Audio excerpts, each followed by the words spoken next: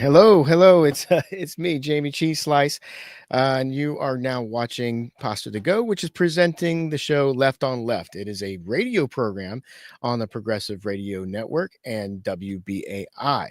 We are going to be recording an hour episode today with our guest Danny Shaw and Dan Kovalik, and with our hosts Gloria, Guillo, and resident expert Jayme Kuzmarov. How are you guys doing today?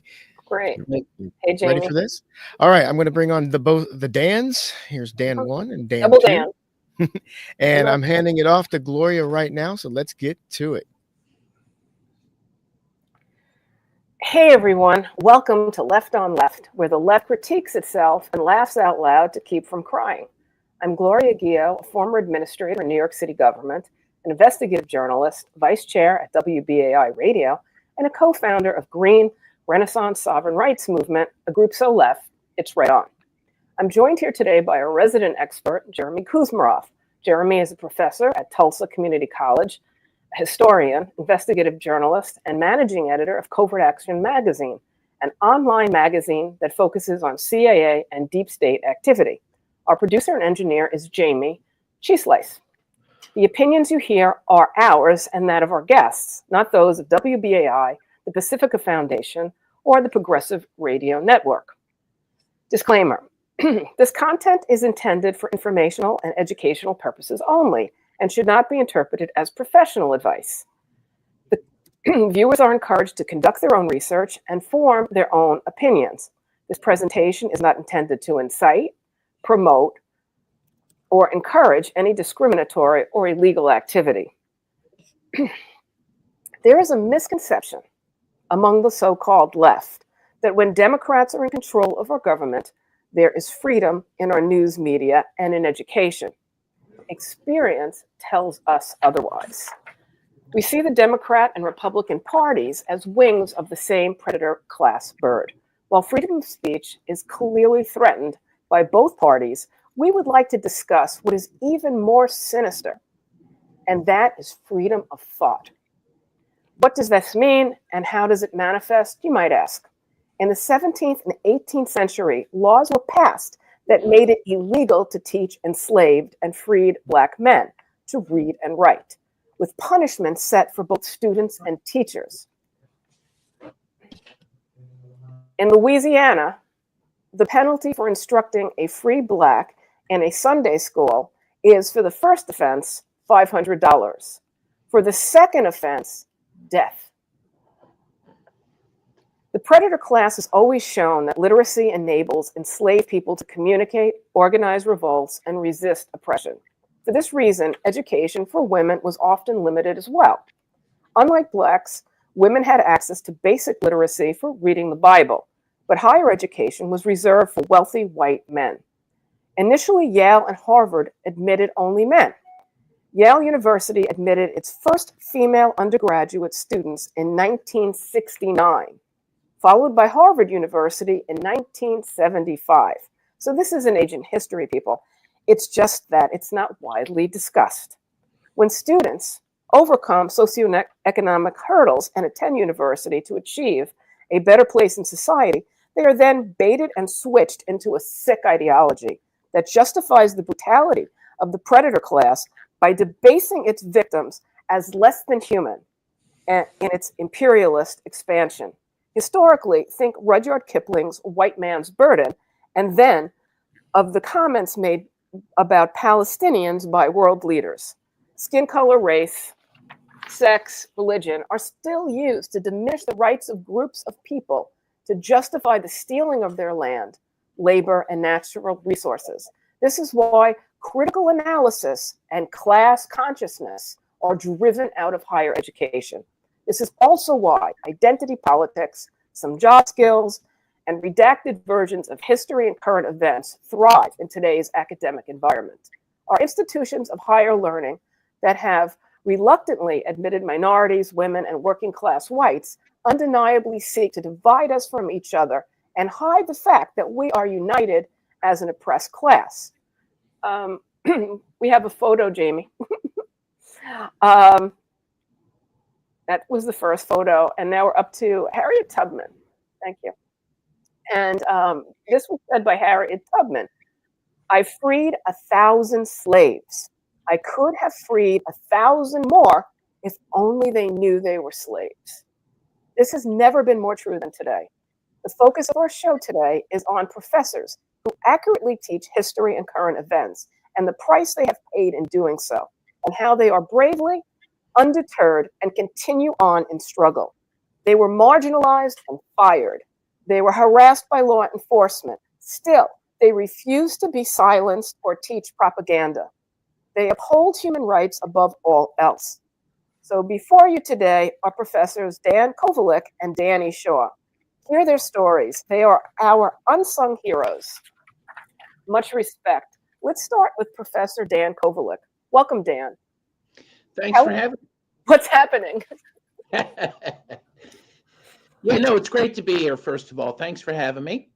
And yeah, so I'm not currently teaching anywhere. I was at the University of Pittsburgh School of Law. I taught international human rights law for 12 years. And may I say, I had very good student evaluations. In fact, at one point, the dean came up to me and says, you know, I was walking through the hall and I heard your students talking about your class. He says, they love you. And usually student evaluations are very important. You know, they really value those over everything. Also, I had 2 faculty evaluations, very positive. And then abruptly, again, after 12 years, I was told that's it. You know, we're going to give, I was an adjunct, first of all. They said, we're going to give your class to a, you know, permanent faculty member. And that was it. No explanation was given.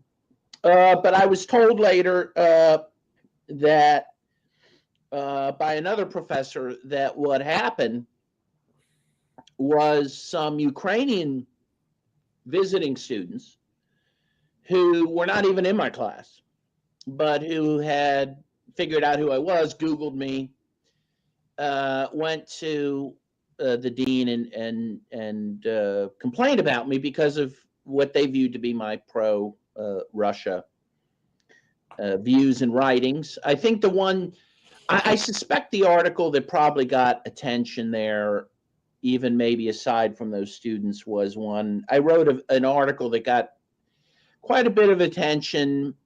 I made the very controversial argument that Russia had a right of collective self-defense to do what it did in beginning the special military operations in Ukraine in February of 2022. And I imagine that didn't help me either. Also, in addition to those things, there was someone, I had written a piece in a journal of the law school about a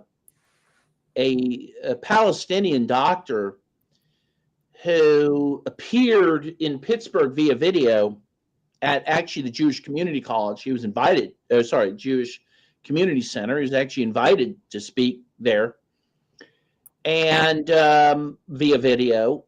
And he actually argues for peace with Israel. Like, he's not a radical by any means, but I forget all the timing, but around the time he was giving that talk, his home was bombed in Gaza, and his daughters were killed. And I wrote a piece about that. You know, what a horrible thing this was, that his family was targeted. It appeared because he was giving a peace talk in Pittsburgh via video to the Jewish Community Center. And someone reacted to that. Again, this, and by the way, it was a peer-reviewed journal that printed that. And someone wrote a piece saying, "Oh, that what I wrote was anti-Semitic," which, of course, it was not at all. But it was in defense of this doctor, and it, you know, it certainly was, I think, could be called pro-Palestinian, but you wouldn't have to be pro-Palestinian to think it was bad that this guy's daughters were killed for giving a talk at the JCC. All those things combined, I guess, led to my removal. Again, the only thing I do know is about the complaints by the Ukrainian students, but I imagine that, it was the combination of all those things. And again, after 12 years. And so actually my next plan, I'll just say, is I was invited to speak or teach in Bangladesh for a semester by Cynthia McKinney, former congresswoman out of Atlanta, which I think I will do. But anyway, that's my story. That's my story of the lack of academic freedom. Oh, by the way, it was interesting because a couple young friends of mine, younger than me, were at a party and they met another professor at the party from the law school. And he is the head of the kind of international affairs wing of the school that's in charge of the foreign students who come every year to get LLMs, which is a graduate in legal studies, which foreign students get to kind of help them with their careers. And the professor said to my friends, he said, "Oh yeah, Dan's great. I like Dan." He says, "But I disagree with his views on Putin." So clearly this was something that was going around the school, that I was some sort of Putin apologist or whatever, which I'll just say is not true. I should say, anyone who thinks that Russia has a beef and has some, legitimate security concerns that led to the war in Ukraine are considered Putin apologists. I'll just be honest, and this is not going to save me from criticism. I am not a Putinist. I am a Marxist-Leninist, and Putin is not a Marxist-Leninist. He's not a socialist, So I would never say I was a Putinist. But in any case, that's a label people give to people like me to discredit them, and I guess it worked. I was discredited enough to lose my position there, and the truth is, I can sustain that blow. I mean, adjuncts are horribly exploited. I was paid so little to begin with, about $3,000 before taxes to teach a whole semester. It's just complete exploitation. So I didn't weep to lose that job, but I'll be honest, and this may, I hope this doesn't sound too, conceited for me to say this, but I think that who lost were the students, because I gave a perspective to my students that no one gave. When I taught human rights, most international human rights classes, they focus on all the human rights abuses of everyone else, right? When they deal with genocide, for example, they don't talk about the genocide in Gaza, for goodness sake. They don't talk about the genocide in Vietnam by the United States. By the way, that's the one I cover, which, of course, that's even to say that, which is shocking to people. They talk about Rwanda, right? Or they talk about Serbia. And it's always those guys, it's the other that does it, to your point, Gloria, in terms of dehumanizing others. It's always the people in those countries that commit genocide. So in Rwanda, for example, 800,000 people were killed in the genocide. Over half, by the best estimates, were actually Hutus, even though what we're told is it was a Hutu genocide committed against the Tutsis, right? So there's a lot of untruths even within the narrative of that. But regardless, 800,000 were killed. Compare that to Vietnam, where the U.S. killed 3 to 4 million Vietnamese, and in which the U.S. troops were groomed when they were being trained to fight that war to hate Asians.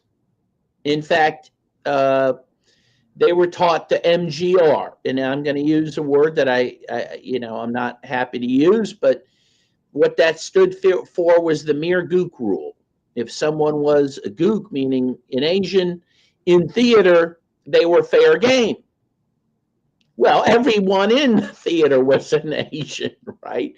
Man, woman, and child. And so the view was they were all potential combatants, much like the Israelis view the men, women, and children in Palestine. And so even they used this racialized language, right? It wasn't just, oh, we're fighting communism, which of course was the justification for the war, but there was a racialized aspect to the murders. The other thing they did, because they had so dehumanized the Vietnamese, it was standard operating procedure for the American soldiers to rape women and girls. In fact, you were considered a double veteran in theater if you raped Vietnamese women and girls. This was part of the dehumanization. This was part of the racism. And this is why I argued, why isn't this a genocide, right? The goal of the war in Vietnam was to destroy in whole or in part the Vietnamese population, which we did hugely. The point being this, that I tried to give a view of the world that was very different than anything these folks would hear. By the way, I will say, before I was fired, and I think it was the semester, I do think it was the semester before I was fired, I also got in trouble because I talked about the MGR that I just told you about that rule. And someone, I was called down to the dean. Well, it was over Zoom, of course. Nothing's in person anymore. And said, well, why are you using that language in class? I said, well, because that was the language that was used by the soldiers. And by the way, I was condemning it. I was condemning the use of the language. And I said, I was also saying it was very, very bad to kill and murder and rape the Vietnamese people. So is that okay? And by the way, the person who was in charge of scolding me had no idea that actually happened in Vietnam. Had no idea what the U.S. was up to in Vietnam. But in any case, and by the way, none of the students at the law school will ever know what happened in Vietnam because no one's going to tell. And I've probably gone on too long and digressed, but that's my story, and I'm sticking to it. Well, Dan, you also got a kind of a double whammy because you also were very active about Palestine in addition to Ukraine. And it wasn't that you were just teaching, you were also visiting the country and doing first-person reporting as an investigative journalist. Yes. So, since the special military operation began, I've been to Russia 5 times, and I've been to, during those visits, I always went to one of the conflict zones. I've been to Kherson once, I've been to Donetsk 3 times, I've been to Luhansk once, and I went to Crimea as well. And I did report from all those places. In fact, again, I think the other thing I got in trouble for is that my last semester, I actually coincided with my first trip to Russia. And by the way, we were allowed because of the, it was in 2000, this would have been 2022, because it was right after the pandemic. They were still allowing professors to teach by Zoom. So I actually taught my last few classes from Moscow by Zoom. And you've also been to Israel and that whole surrounding area too. So, yeah, one thing I just want to bring to our listeners is that, Dan Kovalik and Danny Shaw are not just armchair bookworms. They are people who are actually professors, who are actually on the ground in these countries, observing things, first-person accounts. So I just want to distinguish that. Thank you. Yeah, and if I could just make a point, what is appalling from hearing your story, Dan, is number one, that you're a distinguished author who should, you've written how many books?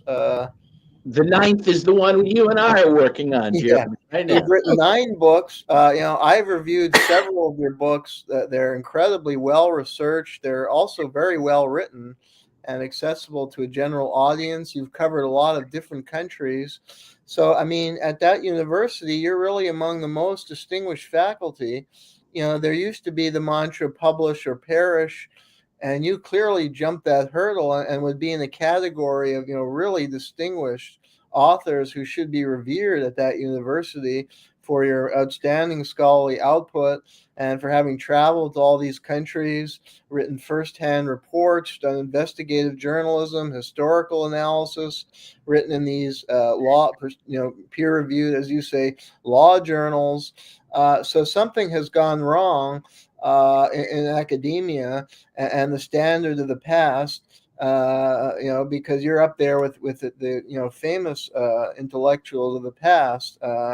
And often these people did find a place in academia, the Chomsky, the Zinns, Alfred McCoy, these kind of people have very distinguished scholarly records, and you're on that level.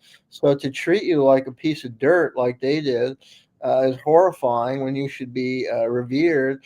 And number two, the anti-intellectualism. They're calling you a Putin lover when, as you say, that totally mischaracterizes your own position on Russia. And there's this anti-intellectualism that I'm hearing in your case. They don't know what happened in Vietnam. They're misrepresenting what you're even saying to students. I find that very disturbing, and it paralleled some of my own experience I won't go into in this show. But there's something really rotten at the core here. No, Jeremy, first of all, thanks for saying that. It's very, I mean, I'm very honored that you said that. And I certainly felt that myself. And I felt like even that I was an adjunct, I felt like, hey, I probably deserve a shot at full-time faculty. And yet I'm going to have to travel. That's putting it mildly. You have 9 books. You should be revered. They should be promoting you and, invited a distinguished speaker. And because usually one book gets you tenure. If you've published 9 books, you should, it showed that our society is so anti-intellectual, and it doesn't value the work of truth seekers and real scholars. You're a real scholar who's got to the truth. You've done the light. You've gone beyond. By traveling to these countries, interviewing people, doing the research, exposing what's really going on. That's what a scholar does, and there's no value for that work. And just this mediocrity prevail. These mediocre people who don't even know what happened in Vietnam. They don't bother to read your books. They mischaracterize the position. They're just mediocrites, and they've taken over higher education, and that's disturbing. Yeah, no, and I agree with you. It's as I said, I feel it's a loss for the students. Yeah. That one, as you say, I do think that in the end mediocrity tends to reign, and also that they don't want a different point of view. That's the incredible thing, that the academy's supposed to be a place for diversity of opinion, for the free flow of ideas, and that's a joke. That is not true. I think it maybe used to be true, and you mentioned a Noam Chomsky, who of course is a legend. I'm not even in his his league, but he was able to teach at MIT, despite the fact, as you've written, and I won't steal your thunder, about MIT being such a defense, part of the military-industrial complex. Nonetheless, it found a place for Noam Chomsky, who's one of the great critics of U.S. foreign policy. I'm not sure Noam Chomsky could get a position there now. The one guy who never found a home was Michael Parenti, who's one of my favorites, who never found a full-time position. You have a guy like Norm Finkelstein, also, who deserves a position, who's in the wilderness. He can't get a job. And again, in the end, I'm going to go halfway around the world to Bangladesh to be able to teach. That's where we're at. Yeah. But when I was a student, some of our professors were more radical. I think there had been an opening with the Vietnam War, and that era of scholars was more leftist and radical, and embodied more the ideal of the academy of open inquiry, social criticism that you embody.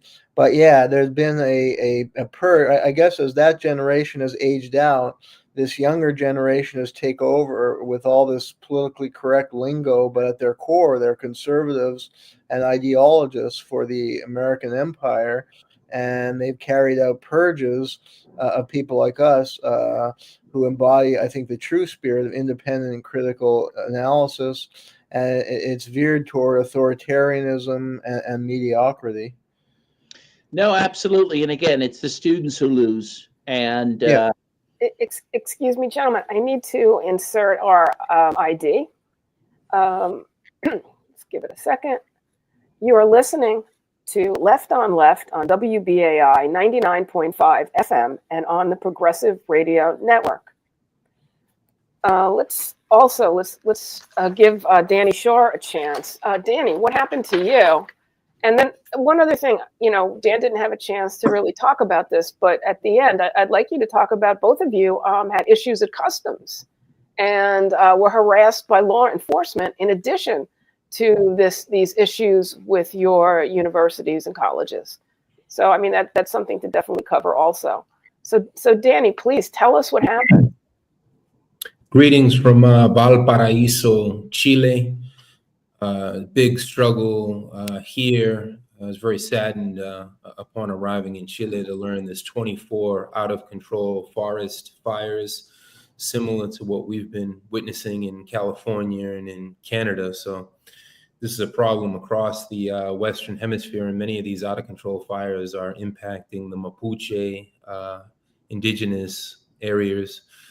Here with the social movements in Chile, we're calling out Gabriel Boric as a foe, as a fake leftist.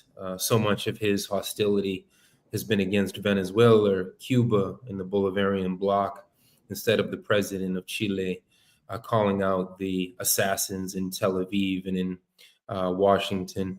So I just wanted to give a shout out to my host here in this historic country. I'm a few blocks away from Pablo Neruda's home in La Sebastiana, and of course the legacy of Salvador Allende. And I learned a lot from listening to Dan. Every time I get to work with Dan, I learn more. A lot of parallels in our stories. I began teaching college in 2005 in Nicaragua. I was ironically brought in as an expert and professor on international law and human rights, which is what my graduate work at Columbia University was in. And they expected me as a visiting professor to only critique. I'm getting a lot of background noise. They're selling fruits in the neighborhood. Should I shut the doors, or so far so good? Jayme can let me know if I should shut any doors. In Nicaragua, when I had an anti-imperialist perspective on human rights and talked about the U.S. blockades of Cuba and Venezuela are human rights violations, and when I talked about the genocidal violence against the people of Laos, Cambodia, and Vietnam, when the U.S. dropped 6 million tons of napalm and explosives on the Vietnamese, Laotian, and Cambodian people, there was a showdown in Nicaragua in 2005 where the U.S. State Department, the embassy, actually got involved, and the Sandinistas who were not back in state power yet, but they had some influence and say at the National University in Leon. So they stood up for me and ultimately saved my job. So really from the first semester I've ever taught college, it's been a struggle. They talk about academic freedom and freedom of speech, but that is a bunch of malarkey inside the belly of the beast. I was at John Jay College of Criminal Justice in Midtown Manhattan for 18 years. I was fired. It's coming up on 1 year after 18 years. It was the week of Easter that I received a call from my department head. And it wasn't even because of anything that happened within the university itself. It was because I was an organizer for Palestinian liberation since the 1990s.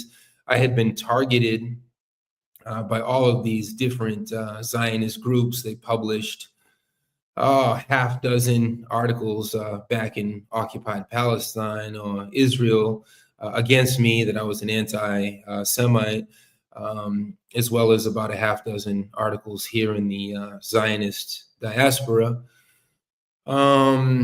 on October 19th, 2023, my Twitter was reaching millions and millions of people with an anti-genocide, anti-colonial message.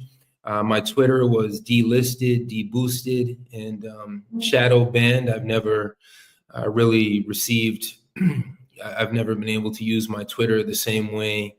Again, I've been targeted on other social media.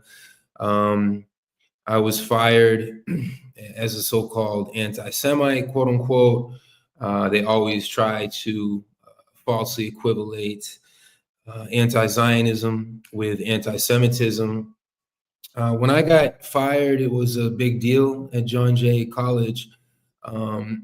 Different union members certainly stood with me, but within my department, I taught within the Latin American and Latinx Studies Department, formerly Latin American and Puerto Rican Studies when I was first hired.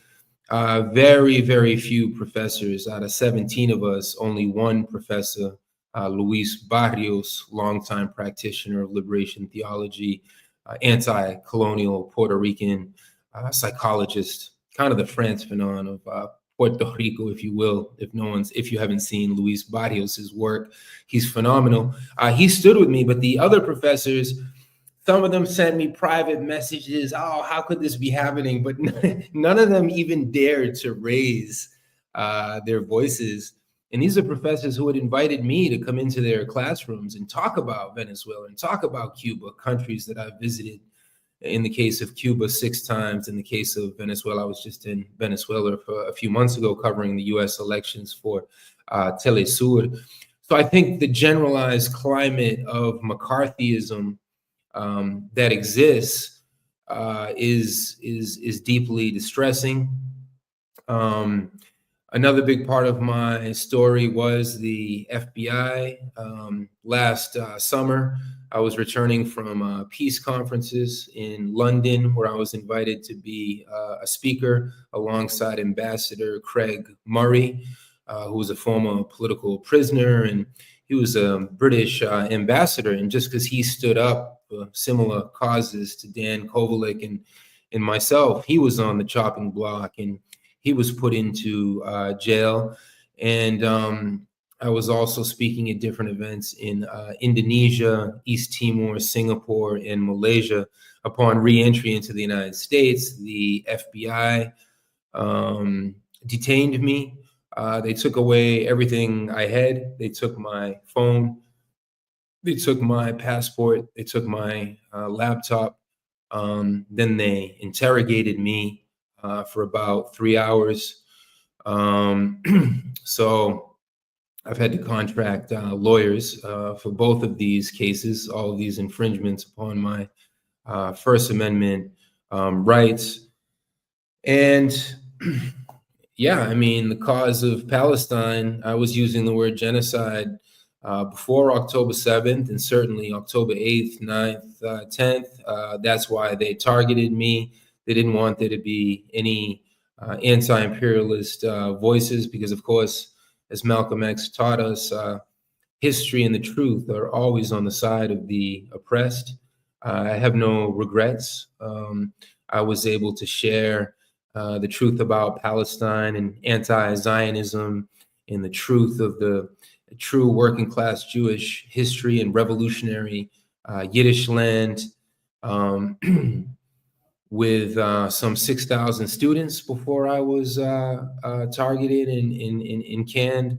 Occasionally I'll still, receive emails from students from back in 2010 or whenever it was thanking me, and they're still connecting the dots. And thanks to social media, they can still find me.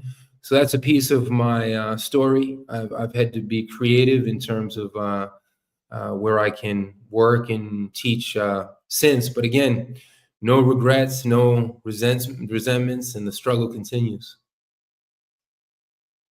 Oops. Let me okay, we got it unmuted now. Dan, could you say what happened to you at the airport when you were coming back? I believe it was from Venezuela, and you were at a conference, and then you, I think, came through Bolivia. Yes, I flew back through Miami, and I was pulled aside for what's called secondary interrogation, where they pull you into a room and question you, which, by the way, since I started going to Russia in November of 2022, I get secondary interrogations most of the time I come back into the country after I've been outside the country. When I first went to Russia in November 2022, in fact, when I returned, I had a global entry card at that time, which means you can go to a little kiosk and you put your passport in, and it expedites your entry into the country. Well, I got to the global entry kiosk and it said I was not enrolled. And I looked at the customs person kind of overseeing it. I said, well, but I am enrolled. And the person said, oh, just go over there. They'll tell you what's going on. And at that point, I got the first secondary interrogation I've ever had. And then I got home and I saw that my global entry had been, I'd been unenrolled from global entry. And as I said, since then, about majority of the time I come back in the country, I receive secondary interrogation. But when I came back this time, the one time you mentioned, from Venezuela into Miami, I was held this time for 4 hours, which was the longest I've ever been held. Usually it's 15, 20 minutes. And they took my phone and they took my computer. My computer, they analyzed, I guess, fairly quickly because there's not much on it, honestly. And they gave it back, and the phone they kept for a few days and mailed it back. Most likely they copied the whole thing, probably copied my computer and my phone. In fact, I did some research after my phone was taken that, customs takes about 30,000 some phones a year and copies them. And they hold the information, by the way, for 15 years. And every customs agent in the country has access to that. They could probably go and eat their lunch and scroll through your, whatever, texts. And so, yeah, that was pretty traumatic, obviously. Yeah, no, it's very frustrating, I feel. And I said, when I was there, I said, I feel like I'm being treated like a criminal. I said, I'm nonviolent. I teach, I write, and I travel so I can do those things. So I can teach and I can write about what's happening. And, but that's not their view. Somehow, I'm a threat to the system because I disagree with what the U.S. is doing abroad. Oh, well, thank you. Thank you, Dan. The other thing is, how long did it take you to get your phone back? So they took it on a Friday, and I got it back, I think, on a Wednesday. So several days, which I guess I hear is not terrible. I've heard people it took a couple weeks to get it back. In the meantime, I got a new phone, and when I got the new one back, my old one back, I haven't even turned it on yet. I want nothing to do with it. I haven't been willing to throw it out, but I don't, I don't know what they put on the phone either, so it's just kind of in a drawer somewhere. And Danny, how long did they have your laptop and phone? Was it a few hours, or did they hold it for several days? 3 hours. Okay. I mean, one of the things that I would think they're doing is checking out who you communicate with and trying to uncover our networks of people and who we talk to, and to try to, I guess, expand their research into, whatever intellectual networks we have. So whatever happens to any of you really affects all journalists and all truth tellers and all professors, because we discuss things. They were obsessed with trying to get every name of every Palestinian I'd worked with across Europe or Asia. That was definitely their focus. I say one thing. Yeah, go ahead. The other thing I found out, and this is important if people get in the same situation, I'll just say a couple things. First of all, you don't have to give your that if they ask for your passcode to get into your phone computer, you don't have to give that. You can refuse to do that. Now they could take it and try to break into it, but if you have an iPhone, it's very hard to break into one. In fact, Mayor Adams, I guess they had his phone for a year and couldn't break into it. So that's some advice for people. The other thing I found out after like my third secondary interrogation in Chicago, they, for the first time, said, by the way, you know, we know you're getting pulled over and you're going to keep getting pulled over because you have a case at the U.S. State Department. They've opened a case on you, and here's your case number. So they were nice enough at least to say, here's your case number, and you may want to write or have a lawyer write to the State Department to challenge the case that's been opened that's going to require you to continue to be interrogated like this. So again, if you're pulled aside, you may want to find out if you have that number and what that number is. So there you go. I just want to bring Jeremy into the mix. He wrote this really fantastic article that is really on our topic. You know, if our universities aren't teaching us the truth, what are they doing? And Jeremy's article is called, and it was just published, I believe, today, the 13th. MIT, the Pentagon on the Charles, is deeply complicit in Israeli genocide and Ukraine war atrocities that threaten World War III. So Jeremy, tell us what we're really doing in these universities if we're not teaching the truth. What are we doing? Yeah, I mean, you can combine this article with what happened to Dan and Danny. That Dan and Danny are really model academics who set a great example for students and who try and get at the truth and, you know, relay the perspective of press groups around the world, you know, broaden the political and historical consciousness of students. And that's, I think, at the heart of a liberal arts education and the mission of a university to strive for creating a better world, a world not of endless war and oppression. And I think they're, you know, doing a great job, and the way they're treated is an absolute disgrace. And then compare it to these MIT professors who are exalted at that school and what they're doing and what they're teaching students. So the article has various aspects. The first aspect details a report that was published by the Student for Palestine about Israeli Defense Ministry funding for projects involving the development of drones and drone swarms that are used to track. And this is what the professors are doing on the campus.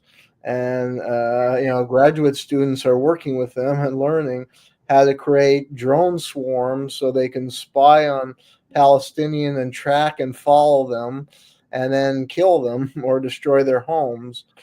And these, you know, professors think there's nothing wrong with that. And then the second half of the article detailed this MIT-Ukraine collaboration and this history professor named Woods, Rosemary Woods, and she's just teaching her students how evil Vladimir Putin is and blaming Russia for everything and ignoring the role of the United States in carrying out the coup in Ukraine. You know, history Dan Kovalik knows well because he'd been to the region and studied it like I have, how the U.S. deliberately wanted to draw the Russians into a quagmire. And how they carried out a coup in Ukraine to impose a right-wing government, arm that government, and then attack the people of Eastern Ukraine when they voted for their autonomy and block these peace settlements. But you wouldn't learn that as a student in Rosemary Wood's class. You'll just learn about how evil Putin is and how great the Ukrainians are. And she's not going to tell you that the Ukrainian government barred 12 parties, including the Communist Party, which is legal in Russia, or how Zelensky was hunting down his opponents and they murdered them in Russia, like the head of the Socialist Party of Ukraine's parliament, or how the regime is dominated by neo-Nazi groups and how they worship Stepan Bandera, a Nazi collaborator. You won't learn about that in her class. So you're getting a very one-sided perspective. And she's helping to run this MIT Ukraine initiative, which is actually running an intelligence, what looks to be an intelligence operation, where MIT students who have certain scientific skills and with logistics are helping to plan the efficient movement of weapons toward the Ukrainian front line so they can kill more Eastern Ukrainians and more Russians. So this is what's going on. You have professors building drones and promoting one side and distorted analysis and running intelligence operations through the campus. And they're purging people who are actually trying to teach the truth and build a more peaceful world and resolve these conflicts short of violence, and looking critically at their own country's role, which a lot of, Kovalik said, how they teach the international law. They don't spotlight how the United States is involved in so many human rights abuses and how the law can hold it accountable. Instead, it's always Russia, Russia, China, China, and that's what they're teaching students. And the students are the losers, because they're getting this distorted worldview. They don't hear from Kovalik, their professor, who I think most viewers of this show would want him as their professor, not these McCarthyist hacks who just parrot the State Department, and they're involved actually with government agencies in supporting imperialistic foreign policy that kill thousands of people.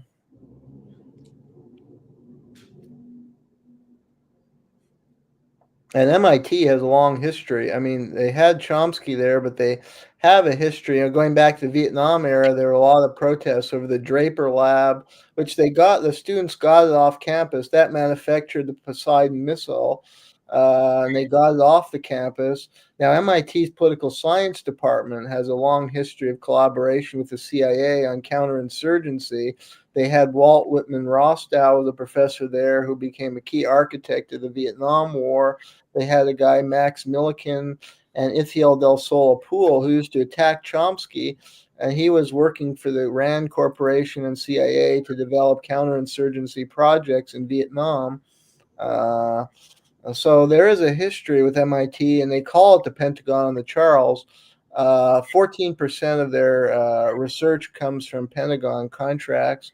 And it's good the students are revolting in a way, but they should broaden it, that their only focus is on the Israel Palestine, which is horrible. And I'm glad they're casting attention on MIT's complicity in the Israeli genocide, but they were silent on MIT's connection to the Ukraine war atrocities and the military in general and all its operations around the world.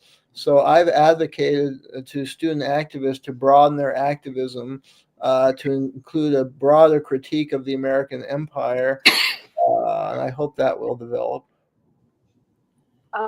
We talk often about limited hangouts, and we could say that a lot of the protests on Palestine and Israel and the U.S. Violence was focused on BDS, which is really not, huge. I mean, what's huge is all of these military operations going on the campuses. And, Jeremy's example of MIT. I mean, it's the same things going on in Stanford, the same things going on in Harvard, the same things going on in Yale, the same things going on all over. But yet the students were silent on all of this. Thank you. Oh, thanks, Gloria. Yeah, sorry to interrupt you. I just wanted to add that this article I just published as part of a series I've done that spotlighted what you're talking about on many different campuses, including the development of nuclear weapons on campus. I did an article at the University of Arkansas, near where I live, and there was a small group of protesters against the production of nuclear weapons through the science department at Arkansas, that university, and contracts with I forget the company. I think starts with Honeywell. And then I did an article about some schools in Texas that had huge contracts with the military, and one Texas A&M campus was basically converted into a military base. It's not really even a university. And the chancellor of the University of Texas system, they brought in these high-level military people. And a school I used to teach at, the new president was Undersecretary of Defense, or very high level in the Pentagon. They're bringing these people now to run universities who don't even have academic backgrounds. And some campuses are being just totally transformed into weapons production facility and testing facilities. So, and this is, MIT maybe is the most notorious, but there are many campuses. And, John Hopkins, I did another article I'm developing on that. They have huge contract with the Pentagon, and their president was on the president's Foreign Intelligence Advisory Board, and they had people affiliated with their medical school who worked in the CIA, and they run even covert operation through John Hopkins, through MIT. So this is very disturbing, and a distortion of the mission of education to promote a better world and to promote freedom of thought and inquiry, and not just promote wars and imperialistic military intervention. Another thing that we discuss very often on our show is just the way the brain functions and how important critical analysis is. And, I'd like to open this to our professors for some comments. When there's debate and there's different viewpoints, students and people are forced to listen to both sides and to form their own opinions. And that's what we encourage on LOL. And what we see is when these other alternate narratives, which are the truthful narratives, are hidden and removed, it actually affects development, and it affects this whole critical analytical skill, which is really important for all citizens. It helps us with voting. It helps us navigate in many situations. Gentlemen? I'll jump in. How shameful that the House of Representatives, both wings of Congress, have passed this legislation. They're trying to make it illegal to call out the true history of colonialism and of Zionism, particularly over the past 76 years, weaponized against the Palestinian people. As Jeremy said, this is anti-intellectualism. That's why so many different student groups have been forced to teach themselves. When I came on to Columbia's campus in 1996, we set up liberation classes in that spirit of 1968. That was one of the reasons I was really inspired to apply to Columbia, and getting the basketball scholarship and everything facilitated that journey. So more important than ever for the Students for Justice in Palestine and the Jewish Voice for Peace and these different groups to keep doing the incredible work that they've been doing for almost 500 days now since the genocide kicked into high gear, but really way before that as well. We're coming up on the 1-year anniversary of the student encampments. I was camped out at my alma mater at Columbia, ultimately arrested at City College as well. So to all the student activists out there, you're on the right side of history. Keep going. You inspire our generation, and we got to keep pushing. But these truly are David versus Goliath struggles. I think that came out in Jeremy's article about MIT and how since the war on the Vietnamese people, you really see how academia has been a backyard and an appendage of the military-industrial complex. But here we are with our anti-imperialist voices, our anti-Zionist voices, and we're going to keep using those voices no matter what type of repression that they throw at us. We only have a few minutes of our show. Could you please, Dan, both Dans, spend some time discussing where people can find your work, your latest books, things like that? Thank you. Yes. So thank you for inviting me on the show, first of all. So I have to start with Jeremy and I have a new book coming out in September from Baraka Books called Syria, Anatomy of a Regime Change. So I'm very excited about that and very happy and excited to be working with Jeremy. I have a book out right now called The Case for Palestine, Why It Matters, Why You Should Care, from Skyhorse Publishing. You can get that on Amazon or at your local bookstore or directly from my publisher, skyhorsepublishing.com. I have a new article coming out, I think this week, on Covert Action Magazine on Syria. The first exclusive article after my trip to Syria that I just took. So you can check that out. I'll jump in. Just published with Margaret Flowers over at Popular Resistance, Despised, a Poor White Trash Manifesto, a class critique of identity politics and all of these different things that divide us on the left. My book on Palestine that came out shortly after the genocide kicked into high gear is simply called This Is Genocide. Another book that I have is The Saints of Santo Domingo, Dominican Resistance in the Age of Neocolonialism, alongside other different anti-imperialist books. And I'm at Prof. Danny Shaw, my website and my Twitter and TikTok and IG handles Prof. Danny Shaw. Well, I think in the future we have to set up our own universities, free universities where we have progressive intellectuals like yourselves, Danny Shaw and Dan Kovalik, and freedom of speech. Yeah, we're not there to proselytize the students. We're there to try and awaken their consciousness, expose them to different viewpoints, good critical reading and analysis. And I think that's the university we need, and perhaps we have to set up our own to counter these corrupt institutions. That's a great idea. Well, we have a few more minutes. Jayme, would you like to plug some of your books while we're here? Yeah, I just want to, maybe we can continue with the last few minutes of the conversation. Yeah. And again, yeah, I'm really impressed. Somebody who worked in higher education, who's a student. I mean, this is kind of true to my heart because, I always had a higher regard for education. And a lot of my teachers were very good teachers. But I think they were the older generation. They were more independent thinking, a lot of them. But I think they've retired, and it's this younger generation, and this conformity and oppression was taken over. So I'm disheartened. On one hand, I'm really impressed by Shaw and Kovalik. I know their writings, and just to hear them today and their approach to teaching, and I know they've had a great impact on their students, as professors had on me. And I think more people need to be aware of what's going on here.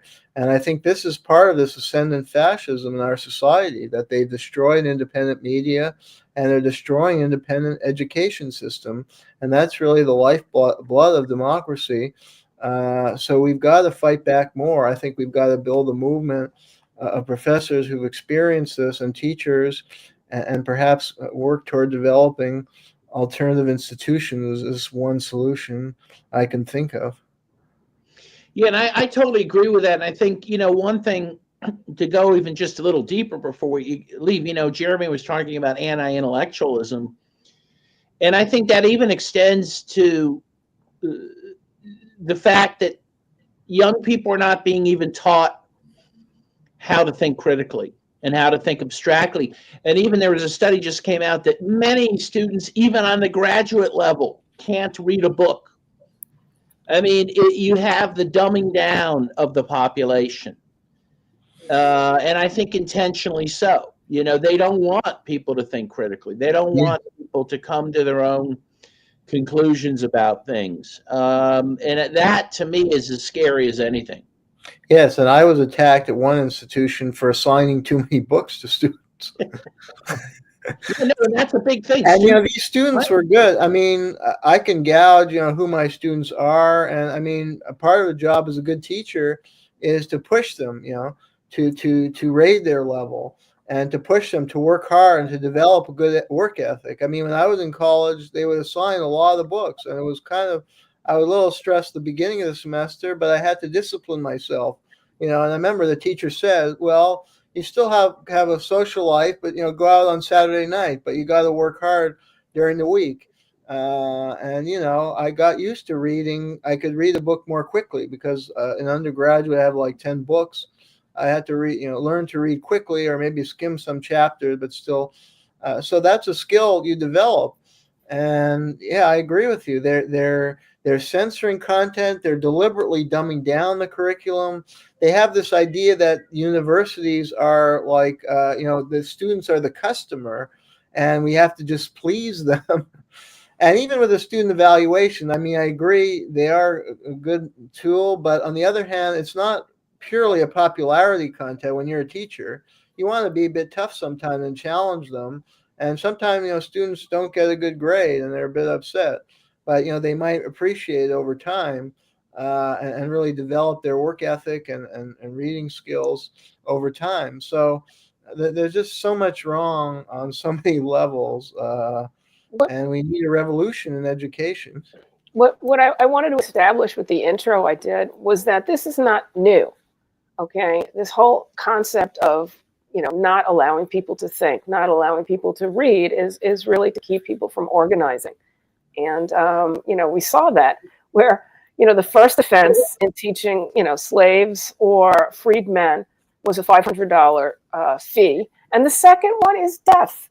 So, the ruling elite, the predator class, has always been afraid of class consciousness and knowledge.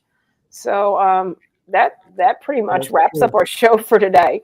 This is Left on Left. Sinclair wrote a great book called, I think it was called The Brass Check, that was a critique of universities and likened some professors to prostitutes because they were in the pay of these big corporations that fund, were on the board of trustees of their schools. Okay, well, that wraps up our show for today. This is Left on Left. I'm Gloria Guillo, joined here by the distinguished professors Kovalik, Shaw, and Kuzmarov. Remember to like, donate, and share our broadcast. Your kind support keeps us going. Thanks for tuning in. Hope to see you next week.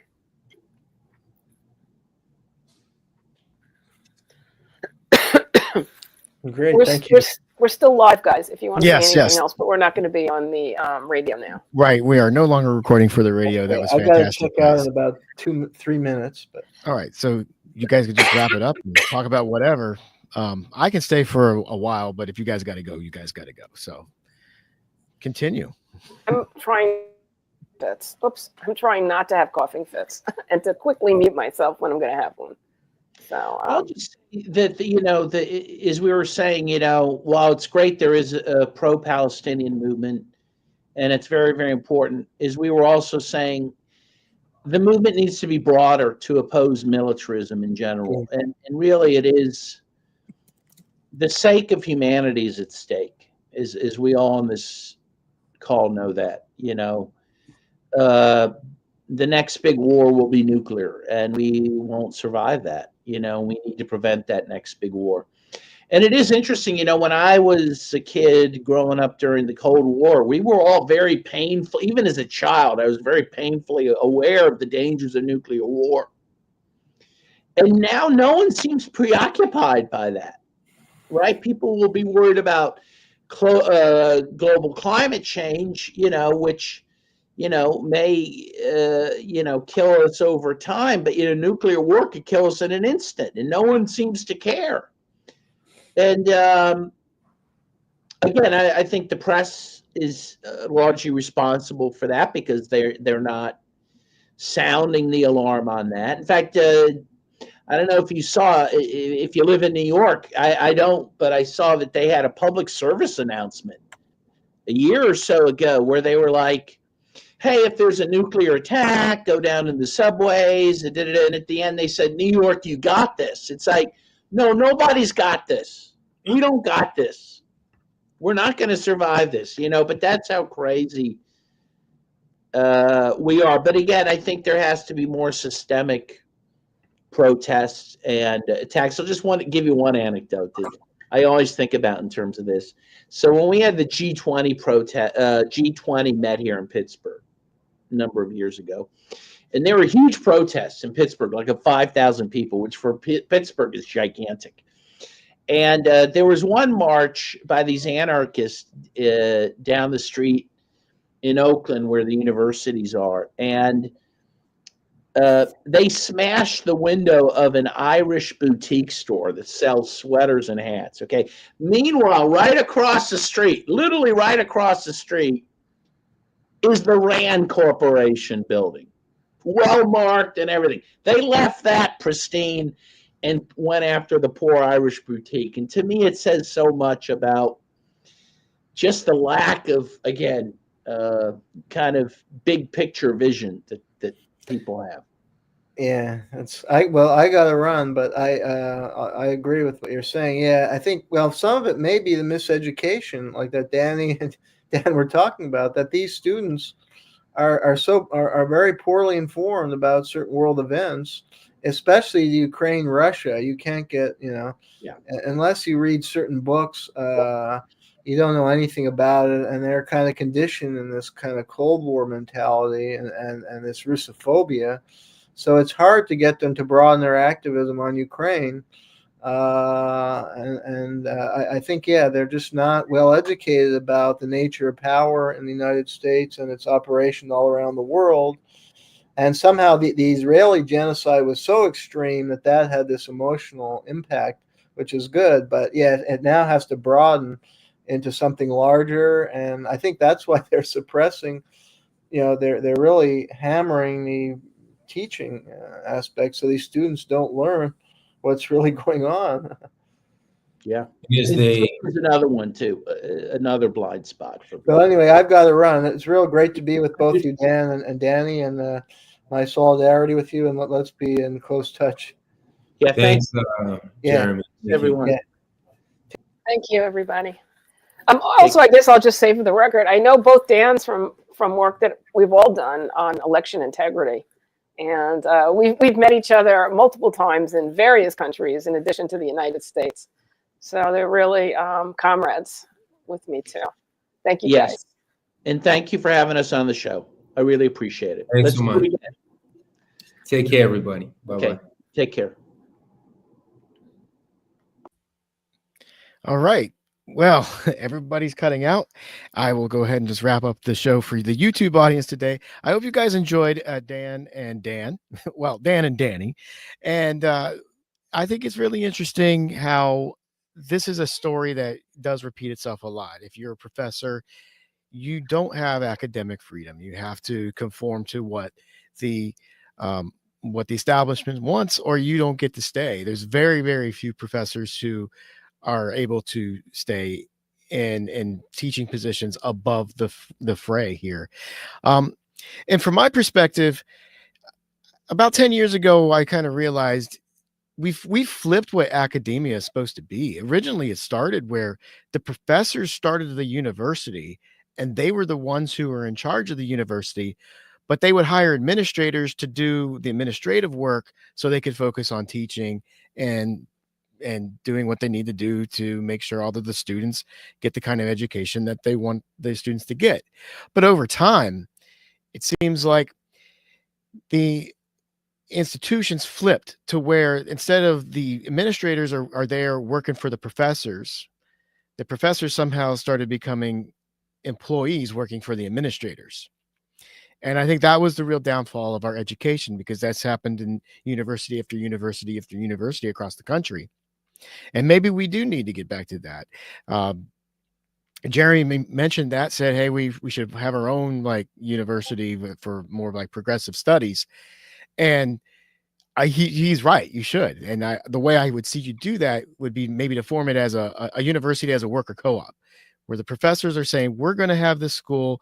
We're going to bring in all these professors that encourage critical thinking.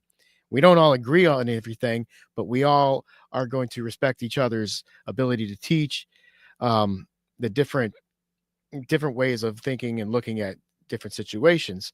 And then when they hire administrators, those administrators would be and managers would be working for the professors, not the other way around.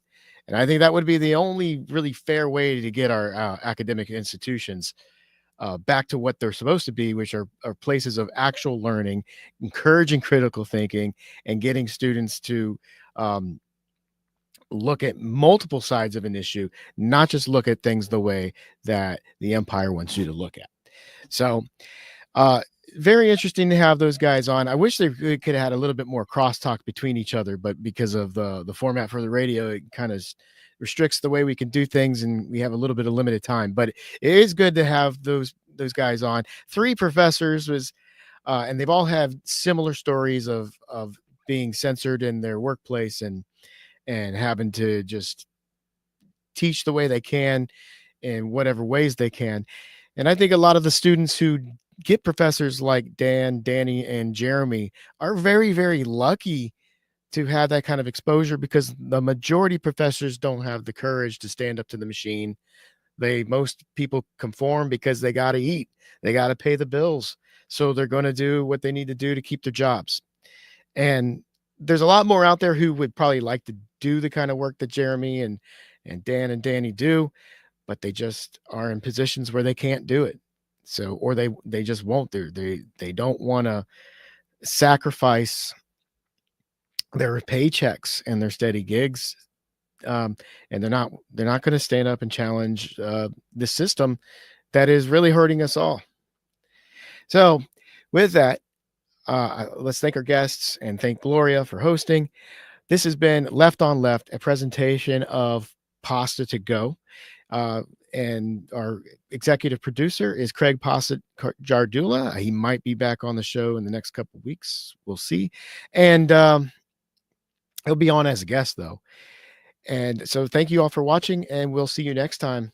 Have a great rest of the week, and have an even better weekend. Bye-bye.